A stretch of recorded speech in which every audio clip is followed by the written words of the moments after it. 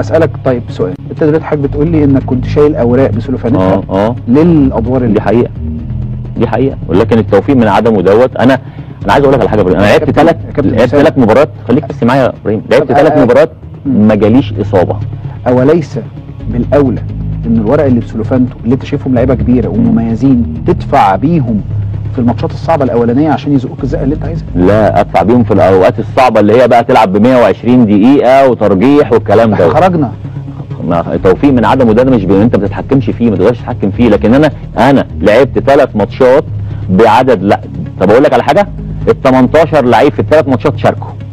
قرارك هنا بتشوف انه كان قرار صح؟ ال 18 انت حوشت لعيبه وما لعبتش بيها؟ ال 18 لعيب على مدار ال3 ماتشات شاركوا. انت بتقول لي ده لعب 29، هات لي بقى ال 18 لعيب. ال 18 لعيب في 3 ماتشات شاركوا بنسب متفاوته. لا انا اخدت من كلام حضرتك يا كابتن اسامه، انا ما جبتش كلام من عندي اللي هو انا اخدت من كلام حضرتك ايوه شلت ما هو في يا ابراهيم، هو انا هنفع لاعب ال 18 كلهم 90 دقيقه؟ لا انا مش بقول انه كلهم يشاركوا، انا بتكلم على الجزئيه اللي لسه حضرتك طارحها. اللي هي الاستفاده الفنيه. انا ما يفرقش معايا، انت حضرتك بتقول ان هم لعيبه كبيره والاستفاده الفنيه حضرتك كنت محوشهم للادوار اللي بعد كده. طبعا احنا اصلا ما صعدناش، فلما تيجي ما بينك وبين نفسك كنت بتراجع نفسك تشوفوا القرار صح ولا غلط. خدوا فترات اللعب المناسبه، صعدت ما صعدتش، هم خدوا فترات اللعب.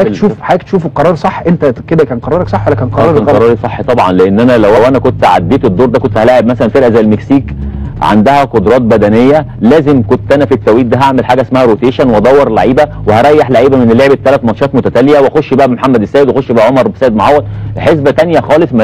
حسبه مدربين حسبه مدربين. حول ولا قوه الا بالله. انت ايه يا كابتن اسامه؟ بجد انت ايه يعني ايه؟ انت شايف انت صح واحنا كلنا غلط؟